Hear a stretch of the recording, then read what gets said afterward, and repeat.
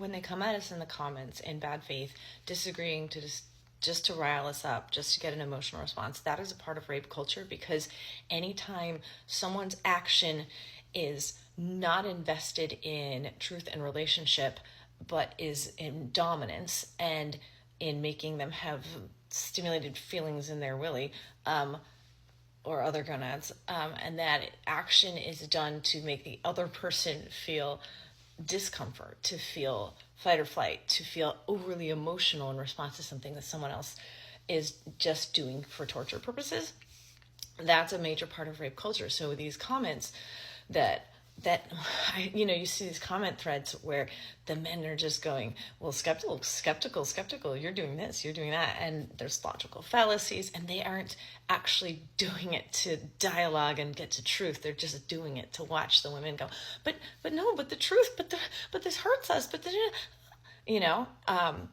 that is a major part of rape culture. It's dominant, it's evil.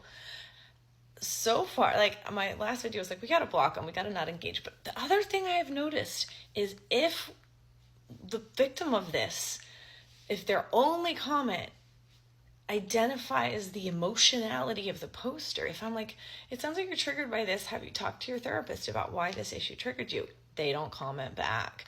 If you say, I understand this is a sensitive topic for you, I understand you have big feelings about this, anything that says that they're emotional, that they're hormonal, which like we all are. We should all be emotional. This isn't an insult. It's reality.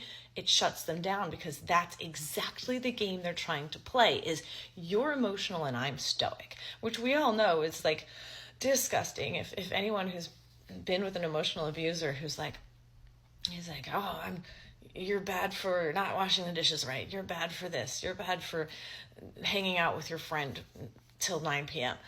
like, and then they berate you and they berate you and they're like, rah, rah, rah, rah, rah.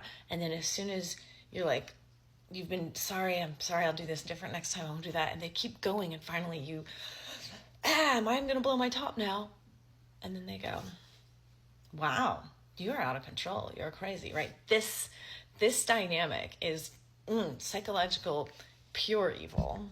And a lot of people say, oh, just don't respond when someone tries to bother you, like when it's that forced dialogue, when you're talking to someone at work and they don't let you go and they won't let you leave this conversation. They're like, well, just don't engage, don't this, don't that. That's like saying if someone does that stupid teasing where they punch, they're going to swing a punch and it stops right before your nose, to be like, well, just don't flinch. They just want you to flinch. Just don't flinch. I'm sorry. If something is putting us into fight or flight, we can't control it. But because comments aren't in your face, they're virtual, we can stop, we can ignore them. I highly recommend, don't let that sense of urgency make you respond right now. Wait 5 minutes, wait a day, and then respond saying, you're being emotional, you're being hormonal, and in whatever way, it won't matter. It's kind of